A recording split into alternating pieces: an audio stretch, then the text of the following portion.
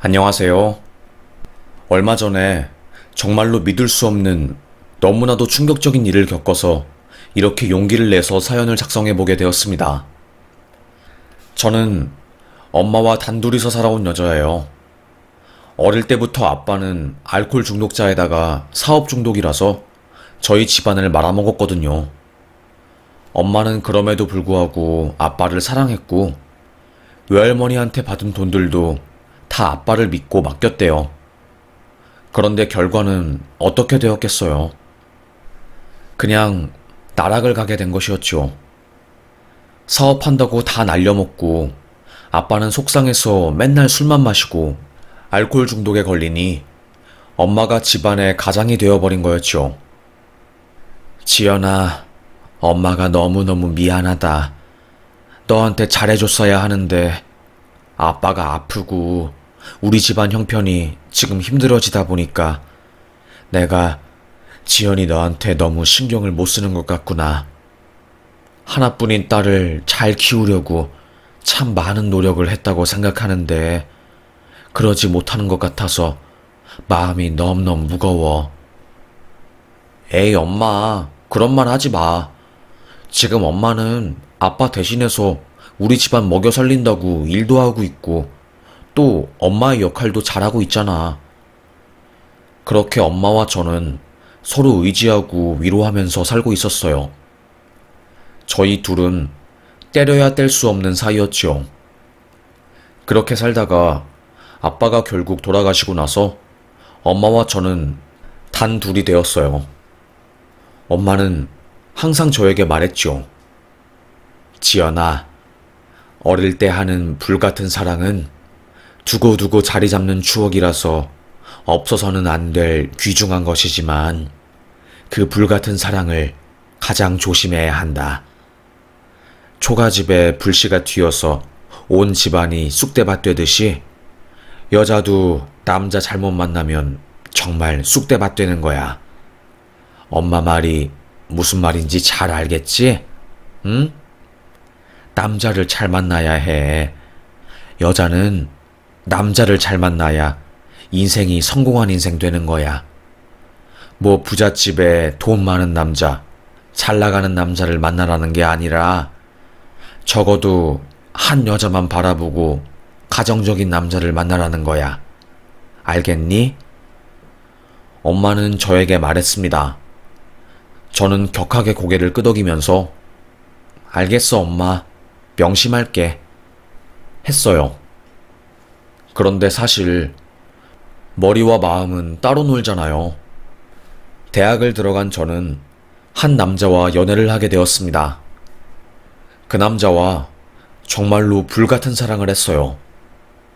그 남자는 저에게 고백할 때 한 재즈바의 무대를 빌려서 그곳에 올라가서 연주를 하면서 고백을 했죠. 저요, 오늘 제가 여기에 고백하고 싶은 여자가 있습니다. 그래도 제 온 마음을 다해서 오늘 연주를 했는데요. 제가 사랑하는 그녀가 저의 마음을 담은 연주를 잘 들어주었는지는 모르겠네요. 지연아, 나랑 사귀자. 내가 정말로 잘해줄게. 내 마음을 다 담아서 너에게 최선을 다할게. 이렇게 말하면서 고백한 거였어요. 옆 테이블에 있는 아저씨는 어이구, 20살짜리들이 진짜 대단하네. 내가 결혼할 때도 용기가 없어서 아내한테 이런 고백을 하지 못했는데 결혼도 아니고 사귀는 사이인데 이렇게 고백하는 젊은이들이 참 대단한 것 같네. 오늘 내가 반성해야겠어. 아이고, 이 꼴을 우리 마누라가 보면 나도 해달라고 난리겠구만. 이렇게 말씀하실 정도였습니다. 그 남자가 저에게 고백을 한 순간 거기 무대 앞에 앉아있는 사람들이 뒤를 돌아서 제 얼굴을 쳐다보았고 저는 금세 홍당무가 되어서 얼굴이 빨개져 고개를 끄덕였어요. 제가 고백을 받아준 제스처를 취하자 그 가게는 환희로 꽉 찼고 사람들 모두 박수를 치면서 축하해 주었죠. 정말 이렇게까지 말하면 아주 드라마가 따로 없는 인생이에요. 그 이후로 연애를 시작한 저희는 서로에게 헌신을 하고 정말 온 마음을 다해서 살았거든요. 그렇다 보니까 너무너무 좋았습니다. 정말 20대 초중반은 그 남자와 함께였기에 참으로도 행복한 나날들이었고 결혼까지 기약했어요. 그 남자는 저에게 나는 당신 아니면 다른 여자 못 만날 것 같아. 나 군대 갔다 오고 나서 그리고 취업한 다음에 꼭 우리 결혼하자. 알겠지? 저는 그 남자의 말을 믿었어요. 오랜 시간 교제를 했고 그 남자가 저에게 보여준 사랑이 대단했고 정말 다시는 이런 남자 못 만날 것 같고 이 남자가 너무너무 좋았거든요. 그렇게 저는 당연하지. 나도 결혼할 거야. 내가 누구랑 다른 사람이랑 어떻게 결혼하겠어. 바로 내 옆에 나를 이렇게나 사랑하고 내게 온 마음을 다 주는 남자가 있는데. 그런데 엄마가 한 말이 맞았습니다. 지연아, 불장난 같은 어릴 적의 사랑을 조심해야 한다고. 그게 너를 크게 다치게 할 수 있다는 그 말이요. 아직도 그 말을 생각하면 너무나도 분노가 차올라서 몸이 부들거리는데요. 남친은 군대를 갔다 왔어요. 그리고서는 바람을 피웠더라고요. 저도 모르게 정말로 제가 눈치채지 못하게 저의 가장 단짝 친구와 바람 피웠던 거고, 제가 친구의 핸드폰을 보다가 제 남친과 친구가 나란히 얼굴을 맞대어서 셀카를 찍은 것을 보고 저는 다 알게 되었지요. 야, 너 왜 내 남친이랑 얼굴 맞대고 셀카 찍어? 그리고 손잡은 거 이건 뭔데? 그게 아니라 미안해. 저는 그때 모든 게 무너지는 듯 했어요. 아무래도 제가 홀어머니 가정에서 자라다 보니까 애정 결핍도 있고 되게 외로움을 많이 타는 성격이라서 남친이랑 친구들에게 의존을 엄청 많이 했거든요. 그래서 참 힘들긴 하지만 친구들을 믿으면서 사람을 믿으면서 살았는데 그런 존재한테 배신을 당하니까 세상이 무너지는 듯 했습니다. 남친은 미안해. 내가 미쳤나봐. 모르겠어. 그냥 군대 갔다 오고 나서 그냥 나도 모르게 다른 여자를 만나버린 거야. 이렇게 말하는데 저는 어찌나 벙찌던지요. 말도 안 나오고 그냥 멍해가지고 머리가 어지럽고 휘청일 정도였습니다. 그리고 슬펐어요. 내가 왜 이렇게 살아야 하는 것인지 하고요. 저는 그때 너무너무 배신감이 심해서 그 둘에게 복수도 제대로 못하고 그냥 연락만 끊어버렸어요. 그렇게 황당하게 남친이랑 헤어지고 나니까 죽을 만큼 외롭고 공허해서 정신을 못 차리겠는 겁니다. 그래서 저는 그때 무슨 정신이었는지 덜컥 옆에 있던 남자랑 결혼을 했어요. 제가 남자친구를 사귀고 있을 때도 저에게 꾸준히 구애를 한 같은 과 남자애. 그 남자애는 제 남친과는 다르게 모범생 스타일이었고 얼굴도 잘생긴 것도 아니고 그냥 평범한 아이였는데 한 여자를 오랜 시간 동안 바라보고 끊임없이 좌절하지 않고 대시하는 그 배짱은 대단한 아이였거든요. 그리고 제가 힘들 때 제 곁에서 저를 지켜주고 저를 기다려주니까 저도 모르게 그 아이의 고백을 받아버린 거고 교제한 지 3개월 만에 그 남자랑 결혼하게 된 것이었죠. 대학 동기들도 야 지연아, 솔직히 네가 그 잘생긴 전남친이랑 오래 사귀고 또 오랜 시간 동안 좋아하고 서로 많이 아낀 것도 맞지만 우리가 보기에는 진모가 훨씬 너랑 잘 어울려. 진모는 애가 참 착하고 되게 한 여자만 바라보는 스타일이잖아. 너네 엄마가 그랬다며. 불장난 같은 사랑은 하지 말라고. 너무너무 위험하니까 나중에 네가 다친다고 그랬다며. 그래, 차라리 너 전남친이랑 헤어지고 진모 만난 게 신의 한 수야. 여자는 침착한 남자랑 결혼을 해야 해. 제 대학 동기들은 오히려 잘 되었다고, 그 남자랑 헤어지고 진모랑 만나서 결혼한 거 진짜 잘한 거라고 해주었지요. 저는 기분이 좋았습니다. 사실 불안했거든요. 내가 이 고통스러운 이별을 회피하기 위해서 너무 급하게 사람을 만나고 결혼한 것은 아닐까 하고요. 하지만 진모는 참 듬직한 남편의 모습을 보여줬습니다. 항상 침착했어요. 그리고 TV에서 누가 바람을 피우거나 사랑과 전쟁 이야기가 나오면, 세상에, 저렇게 불륜질하는 사람들은 모르나? 지네들이 무슨 짓을 하고 있는지? 꼭 칼을 들어야만 사람을 죽이는 게 아니라 저렇게 말이나 행동으로 사람을 배신하고 속이는 것도 사람을 죽이는 행위란 것을 정말로 모르나? 이렇게 말하면서 남녀 관계에 대한 도덕적인 가치관을 보여줬어요. 저는 남편이 평소에 그렇게 말하기 때문에 속으로, 우리 남편은 앞으로 절대로 바람 피울 일이 없겠구나. 진짜 다행이다. 이렇게 생각을 했어요. 그래서 제 마음도 널뛰는 것 없이 행복하게 잔잔하게 유지할 수 있었습니다. 엄마도 사위를 보고, 참 우리 양서방이 우리 딸이랑 결혼해서 다행이야. 딸이 감정적으로 좀 위아래 변동이 심한데 침착한 양서방이 내 딸을 잘 케어해주고 돌봐주니까 얼마나 다행인지 몰라. 엄마도 사위를 마음에 들어 하셨습니다. 진짜로 다행이었어요. 저는 엄청 많이 걱정했거든요. 그럼에도 불구하고 남편이랑 저는 잘 살 수 있게 되었지요. 그런데 참 인생이라는 게 항상 오르막길은 아니잖아요. 오르막길이 있으면 내리막길이 있고, 저도 한참 행복하고 잔잔한 결혼 생활을 즐기고 있을 때 인생에서 크나큰 위기가 닥쳤어요. 아직도 생각하면 너무나도 아찔하고 정말 눈물이 찔끔 나는데, 저희 회사에서 제가 누명을 쓰고 퇴사를 하게 된 사건이었습니다.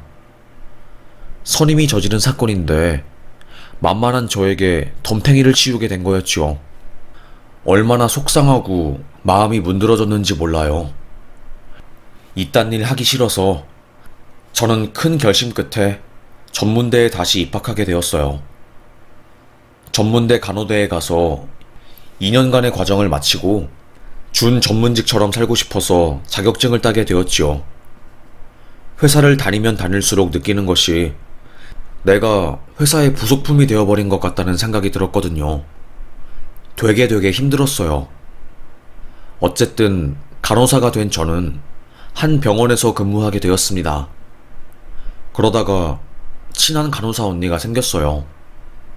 그 언니는 수간호사 출신이었고 대학병원 산부인과에서 거의 20년 넘게 근무하다가 얼마 전에 그만두고 동네 병원으로 들어왔다고 하더라고요. 저는, 언니는 수간호사에다가 되게 잘나가는 간호사에 돈도 많이 받았을 텐데 왜 대학병원에서 나와서 동네에서 근무하는 거예요? 에휴, 돈이고 뭐고 다 필요 없어. 맨날 3교대에 죽을 것 같이 사람 굴리니까 20년 일한 나도 몸이 조금씩 고장나더라고. 이제는 그냥 마음 편히 살고 싶다. 그리고 지연씨도 알겠지만 대학병원에서 근무하면 진짜 별의별 일이 다 생겨요. 지긋지긋한 인간들 역겨운 짓거리 보고 있는 것도 지겹고, 참 산부인과라서 그나마 나는 그런 더러운 일을 덜 겪었지만 다른 곳은 장난 없거든. 그런 것들 계속 지켜보는 것도 내게 너무 고통스럽더라고.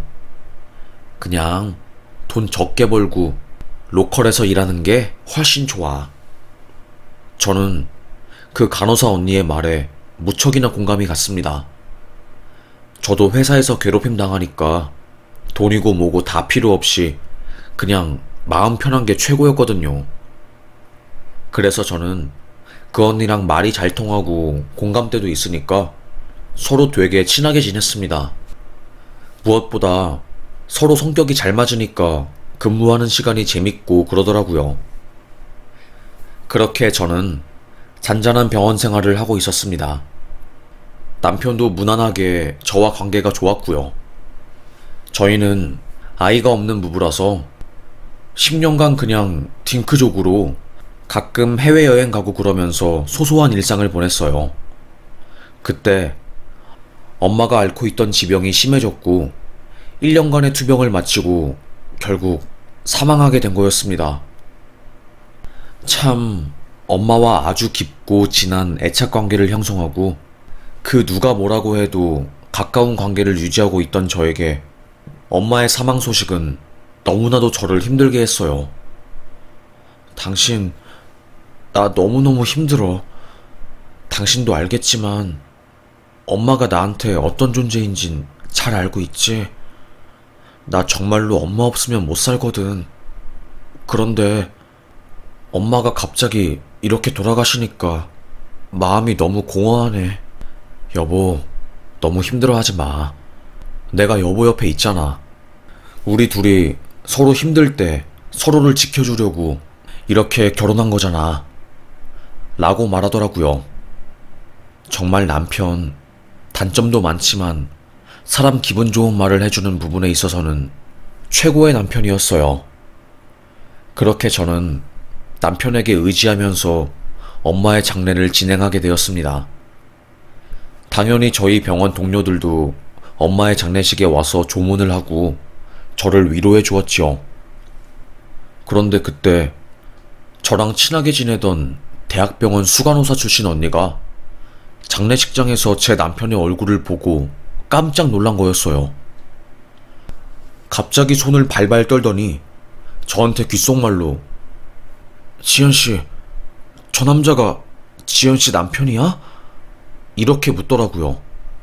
저는 당황해서 아니, 제 남편 맞는데 언니 왜 이렇게 놀라세요? 왜 제 남편 얼굴 보고 못 볼 걸 본 것처럼 그렇게 구세요? 이렇게 말하니 언니는 아니야. 일단 지연씨 어머님 장례 잘 치르고 장례 끝나고 나랑 한번 만나자. 이야기할 것도 있고 지연씨 위로해주고 싶기도 하고. 뭔가 언니의 말에서 저는 찝찝함을 느꼈습니다. 그 수간호사 언니가 저에게 무언가를 속이는 것 같았어요. 그럴 언니가 아닌데, 나한테 숨기는 거 항상 없이 솔직한 언니인데 오늘 왜 그러지? 이상하다. 언니가 참 이상하네 싶었습니다. 그렇게 저는 엄마의 장례를 무사히 끝내게 되었고, 엄마에게 마지막 인사를 하고 엄마의 장례식에 와준 사람들에게 감사의 말을 올렸어요. 우리 엄마 장례식에 먼 길 해주셔서 감사하다고요. 그렇게 사람들에게 인사를 돌리고 저는 그 언니를 만나러 갔습니다. 언니는 커피숍에서 무거운 분위기를 잡고 저에게 운을 떼더라고요. 지연씨 남편, 내가 몇 년 전에 애 받은 여자 남편으로 왔었어. 저는 에? 아니 그게 무슨 말이에요? 무슨 애 받은 여자의 남편? 아니 그게 무슨 말이지? 저 진짜로 뭔 말인지 이해가 안 되어서 그런데 뭔 소리 하는 거예요? 그러니까 지연씨 남편이 지연씨 몰래 여자들을 만나고 다닌 것 같아. 뭐 어플이었나 이상한 거를 통해서 여자 만난 것 같은데, 그 여자가 갓 20살이 된 여자였고 동네 산부인과에서 아이를 낳다가 출혈이 너무 심해서 우리 대학병원으로 넘어온 사람이었거든. 그래서 내가 되게 뚜렷하게 기억해. 애 아빠라는 사람이 허겁지겁 와가지고 산모 챙기지도 않고 우리한테, 이거 산모한테 기록 남는 건가요? 혹시 아이 탯줄 자르면 탯줄 자른 사람 신상이나 그런 거 말해야 하나요? 이런 걸 묻더라고. 어떤 정상적인 사람이 그런 걸 묻겠어. 알고 보니까 불건전한 관계로 만났다가 아이가 임신을 했고 시기를 놓쳐가지고 출산하고 그 여자가 목숨이 왔다 갔다 하니까 남자가 와서 상황을 살피고 대충 병원에 찔러놓고 떠난 거야. 그 이후로 그 산모는 극단적 선택하고 실패해서 다시 살아났는데 뭐 그쪽 부모가 출산 사실을 알게 되어서 일본으로 데려갔다고 했나? 하여튼 그렇더라고. 내가 그때 일부러 그 남자 이름이랑 신상 받아놨는데 지연씨 남편이랑 일치해. 얼굴, 이름, 주소까지 전부. 그러니까 수간호사 언니의 말로는 제 남편이 저 몰래 뒤에서 더러운 짓거리를 한 거였고 한 여자를 임신시켰는데 책임도 지지 않고 돈만 툭 던지고 간 거였어요. 세상에, 진짜 얌전한 고양이가 부뚜막에 먼저 올라간다더니 그 말이 딱 제 남편을 두고 한 말이었습니다. 정말로 열받아서 머리 뒤에서부터 열이 확 올라왔어요. 저는 도저히 이 사건을 그냥 넘어갈 수 없었습니다. 모든 진실을 알게 되니까 의심스러운 증거들이 하나둘씩 생각이 나더라고요. 원래는 남편의 월급이 800만 원인 줄 알았는데 알고 보니 1000만 원이었거든요.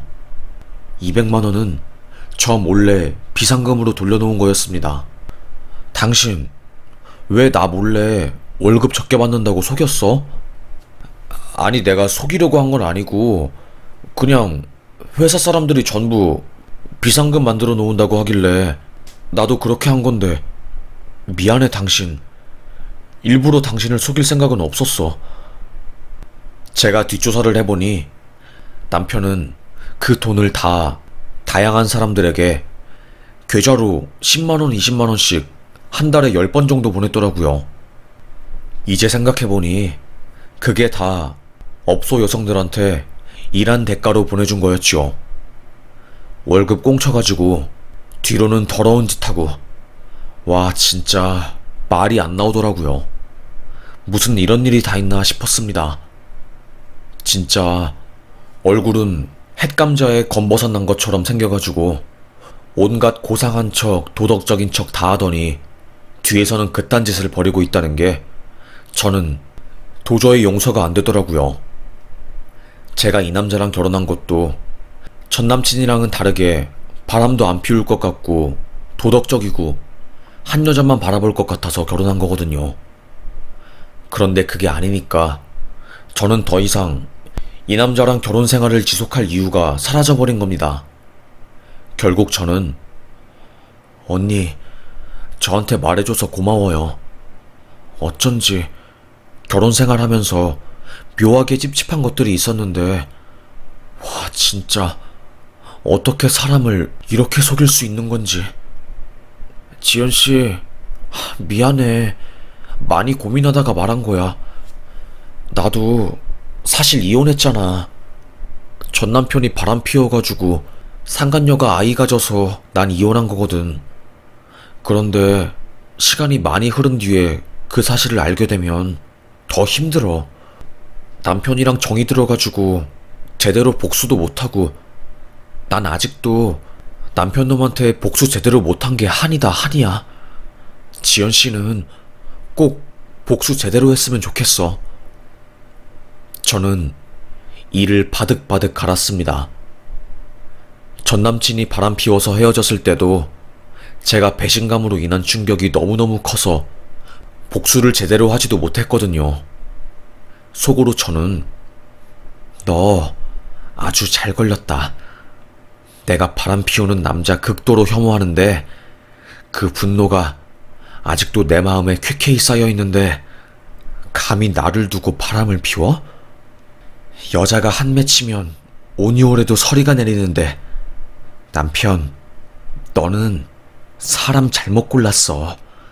지대로 복수해주마. 이를 박박 간 것 같아요. 그래서 남편 잘 때 핸드폰 뒤져보니까 네, 증거들이 있더라고요. 어떻게든 여자랑 자려고 대화로 꼬시고 사각 팬티 입고 있는 오랑우탄 같은 남편의 주댕이에 똥칠이라도 하고 싶었습니다. 하지만 저는 꾹 참았어요. 그리고 다음날 남편이 회사 가는 시간만을 기다렸지요. 여보, 나 갔다 올게. 그래, 여보. 오늘도 회사 생활 파이팅해. 웃음을 지어줬습니다. 그리고 남편이 대문을 나서자마자 저 매주같이 생긴 놈이 넌 오늘 죽었다. 내가 아주 오늘 하늘 다 풀고 갈 거야. 그리고 저는 복수를 위해 준비한 전단지 그리고 이것저것 장비를 챙겨서 남편의 회사에 갔어요. 대기업이었거든요. 연차도 있어서 거의 과장급에 월급도 많이 받으니 회사에서 이미지도 좋았습니다. 경비한테 김땡땡 아내인데요. 출입증 받아서 올라가서 서류 좀 전해주고 올게요. 말했습니다. 경비는 흔쾌히 출입증을 끊어주었고 저는 싱글벙글해서 남편의 사무실에 도착했어요. 딱 들어가자마자 한 50명 정도 되는 팀원들 부서가 보이더라고요. 저는 거기서 야, 20살 임신시키고 뒤에서 더러운 원조 교제하고 앞에서는 고상한 도덕적인 핵감자처럼 생긴 놈 나와. 제가 소리를 지르니 사람들이 일제히 남편을 쳐다보더라고요. 누가 봐도 핵감자, 여드름 난 핵감자처럼 생겼으니요. 남편은 제 얼굴을 보자마자 진짜 무슨 붕어 눈처럼 눈이 둥그레지더라고요. 저는 성큼성큼 다가가서 남편의 태평양 같은 넓적볼을 쫙 하고 때려버렸어요. 제가 예전에 복싱을 해서 아구 힘만큼은 진짜 자신이 있거든요. 남편의 고개는 한쪽으로 팍 돌아갔고 그때 회사에 정적이 흘렀지요. 저는 준비한 전단지를 팍 뿌렸습니다. 거기에 남편이 저지른 더러운 짓거리, 그런 것들이 다 적혀 있었어요. 고상한 놈이 뒤에서 더러운 짓거리를 하니까 회사 동료들에게는 큰 충격이었지요. 헐, 뭐야? 김사원이 뒤에서 이런 더러운 짓을 했다고? 어머, 웬일이야? 아니, 생긴 거는 공부만 하게 생겨서 밝히는 건 엄청 밝히네? 진짜 미쳤다, 미쳤어. 이러더라고요. 사람들 전부 난리 난 거죠. 어머, 김사원님, 저번에 매너 있는 척 하더니 뒤에서는 더러워. 한순간에 남편은 개망신을 당했습니다. 그리고는 제 머리채를 잡고 질질 끌고 가려고 하더라고요. 당신 미쳤어? 갑자기 이게 무슨 짓이야? 일단 나와서 이야기해. 빨리! 이렇게 말하길래 저는 남편의 콧구멍에 손가락을 넣고 팍 쑤셨습니다. 어디서 내 머리채를 잡아, 이 더러운 놈아. 너는 소파에서 TV 보면서 TV에 나오는 불륜 남녀 욕하더니 알고 보니까 네가 그 짓 하고 있냐? 진짜 더러워. 더러운 놈아. 하면서 남편의 콧구멍에서 손가락을 빼서 입에 팍 넣었습니다. 아이씨, 뭐 하는 거야, 더럽게. 너 진짜 미쳤냐?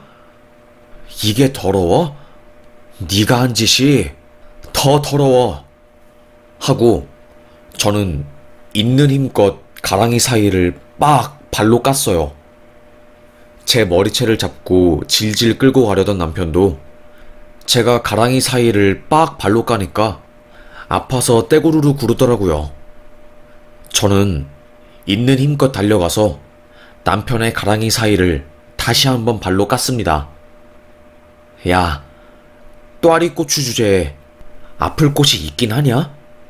내가 네가 뭐가 좋다고 결혼한 건지, 내가 정신 약해졌을 때 나한테 접근해서 나랑 결혼했으면, 네보다 급 높은 여자랑 결혼했으면 나한테 잘해야 하는 거 아니야? 그리고서는 저는 남편의 이마에 남편이 아침에 벗어놓고 간 찌릉내 나는 빤스를 가져와 얼굴에 씌웠습니다. 요실금이 이상해진 건지 맨날 지리는 네 팬티다 이거사. 아주 오늘 회사에서 망신이나 제대로 당해라. 하고 그렇게 저는 소리친 뒤 회사를 빠져나왔어요. 빠져나오는 길에 몇 명 사람들은 조심스럽게 저에게 엄지를 올리더라고요. 웃겼습니다. 하여튼 저는 그때 무슨 정신이었던 것인지 진짜 안간힘을 써서 복수를 했고 시원하게 가슴에 쌓인 한을 풀었어요. 바로 얼마 지나지 않아서 남편은 저에게 전화 오고 욕하고 당신 뭐 하는 거냐고, 미쳤냐고, 내가 가만히 안 있겠다고, 부부 사이 일은 부부끼리 풀어야지 회사까지 와서 뭐 하는 짓이냐고 난리치더라고요. 남편이 뭐 저를 죽여버리겠다 뭐다 하고 난리가 났는데 저는 신경도 안 썼습니다. 그리고 코웃음만 쳤죠. 그리고 저는 말했습니다. 당신 제발 정신 차려. 햇감자에 쌍난 것처럼 울퉁불퉁하게 생긴 놈이 이쁜 여자 4년 동안 매달려서 그 여자가 정신적으로 힘들 때 살살 꼬셔서 결혼하니까 네가 잘생기고 잘난 것 같냐? 제발 자기 객관화 좀 해. 미안한데 네 진짜 못생겼고 너 능력 없어. 그러니까 인터넷으로 어린애들 꼬셔서 그 어린애들 앞에서 어른인 척 폼 좀 잡지 마. 꼴불견이야. 너 같은 애들을 뭐라고 부르는지 알아? 꼴값, 나이값 못하는 찌릉내 나는 매주덩어리라고 부르는 거야. 아이 씨펄, 너 지금 뭐라고 했어? 내가 능력 있고 잘 나가니까 여자들이랑 자고 다니는 건데 뭐가 어쩌고 저째? 그래, 나 바람 피운 건 잘못했어. 근데 니는 선을 넘었잖아. 나 앞으로 회사 생활을 어떻게 하라고 깽판을 친 거야? 어머, 매주덩어리가 말한다. 푹킥. 그래, 이렇게 너 지금 고통스러우라고 내가 회사 찾아가서 깽판 친 거야. 니만 쪽팔리고 창피한 줄 알아? 나도 얼굴 팔리고 창피했어. 근데 네 인성 사람들이 모르면 내 가슴에 한이 맺힐 것 같았다. 내 인생에서 손꼽을 정도로 잘한 일이 니한테 복수한 일이야. 알겠니? 이제 내 앞에 나타나지 마. 네 입똥꾸렁내 나한테까지 옮길 것 같으니까. 제가 이렇게 말하니 남편은 지 입냄새 확인하고 뭔 입똥꾸렁내야. 입냄새 안 나는데. 제발 괴소문 좀 헛소문 좀 퍼뜨리지 마. 진짜 미치겠네. 흐씨. 남편은 답답해 죽겠다는 듯이 머리를 쓸어넘기고 쥐어뜯더라고요. 솔직히 저는 차라리 고상한 척이라도 하지 말든가, 어떻게 사람을 이렇게 감쪽같이 속이는지 대놓고 나 여자 좋아한다 이렇게 말하든가. 진짜로 짜증났습니다. 이래서 음침한 사람들을 만나지 말라는 말을 하는 건가 봐요. 하여튼 전남편의 뒤통수 세게 맞은 저는 이 악물고 제 뒤통수 때린 전남편 뒤통수를 아예 바주카포로 날려버리듯이 확실하게 복수해줬습니다. 결국 남편은 거기 회사에서 퇴직을 했다고 하더라고요. 연봉도 1억 넘는 곳이었는데 눈물을 머금고 퇴사했다고 하더라고요. 제 이야기를 들은 친구는 야, 눈썰미 좋은 네 같은 병원 수간호사 출신 그 여자도 대박이고 네 전남친이 너한테 한 맺히게 한 것도 대박이다. 네가 전남친한테 안 되었으면 너 아마도 네 남편 바람 피운 거 눈 감아주고 복수도 못했을걸? 네 전남편은 잘못 걸렸네. 네가 얼마나 바람 피우고 더러운 짓거리 하는 거에 대해서 자비 없는 여자인지도 모르고 개짓거리 하다가 딱 걸리고. 아, 웃겨. 매주덩어리라고 말하는 게 웃기다. 네가 그렇게 말하니까 네 남편 진짜 똥 묻은 매주 느낌이다. 울퉁불퉁 흑빛 얼굴. 참, 에휴, 저도 어리석었죠. 불같은 연애를 조심해야 하는 것도 맞지만 더 중요한 것은 고상한 척하면서 새까만 속내를 숨기는 것들을 더 조심해야 하는 것 같아요. 진짜 더러운 놈들이 속내 숨기고 접근하면 그거 진짜 발견하기 힘들거든요. 꼭 못난 것들이 열등감 속이고 접근하는데, 에휴, 진짜 너무 싫네요. 하여튼 저는 남편과 결국 이혼했습니다. 그리고 남편은 저를 명예훼손으로 고소했네요. 벌금 100만 원 냈습니다. 하지만 저는 후회하지 않았어요. 누가 올해 들어 가장 잘한 일이 뭐냐고 물으면 저는 주저없이 말할 것입니다. 남편 놈이랑 헤어지고 복수한 거요. 진짜, 제가 그런 더러운 놈이랑 결혼한 사실이 제 인생에서 제일 지우고 싶은 선택인 것 같아요. 너무 끔찍하고 너무 후회됩니다. 하여튼 복수하고 그래도 실체를 알았으니 참 다행이죠. 그리고 저는 저희 병원 그 언니에게 감사하다고 답례까지 했습니다. 지연씨, 아유 고생했어 진짜. 마음고생 심했을 것 같아. 이제 그놈은 기억 속에서 잊어버리고 지연씨 앞날에 펼쳐질 행복하고 벅찰 날들만 기억해. 그리고 내가 좀 지연씨보다 오래 살았잖아. 남자 너무 믿지 마. 사람도 너무 믿지 마. 믿을 건 내 자신과 내 능력뿐이더라. 에휴, 나도 남편 놈이 배신 때려서 이혼한 사람이라 지연씨 심정 잘 알아. 괜찮아졌다가 안 괜찮아졌다가 그러지. 근데 그거 시간 지나면 다 괜찮아진다. 알겠지? 저는 인생 선배인 그 간호사 언니에게 너무 고마웠어요. 솔직히 엄마 돌아가시고 얼마 안 지나서 이 사건이 터진 거고, 연속으로 힘든 일을 겪다 보니까 사실 숨도 안 쉬어질 만큼 힘든 순간도 있었고 호흡도 이상해졌거든요. 나중에는 그게 공황장애라는 것을 알게 되었지만요. 하여튼 글은 시원하고 통쾌한 부분만 썼지만 남편 회사에 들어가서 복수할 때도 가슴이 너무 떨려서 청심한 2알 먹고, 복수 끝나고 집 가서도 긴장이 풀려서 토했거든요. 여튼 보이지 않는 스트레스가 어마어마했습니다. 그래도 진짜 이 모든 걸 다 겪어온 제가 너무 기특하고 고맙기도 하고 제 자신이 좋네요. 혹시 저처럼 힘들어하시고 이혼하고 싶은데 무서워서 이혼 못하시거나 용기가 없으신 분들에게 용기를 주고 싶어서 이렇게 글을 쓰게 되었습니다.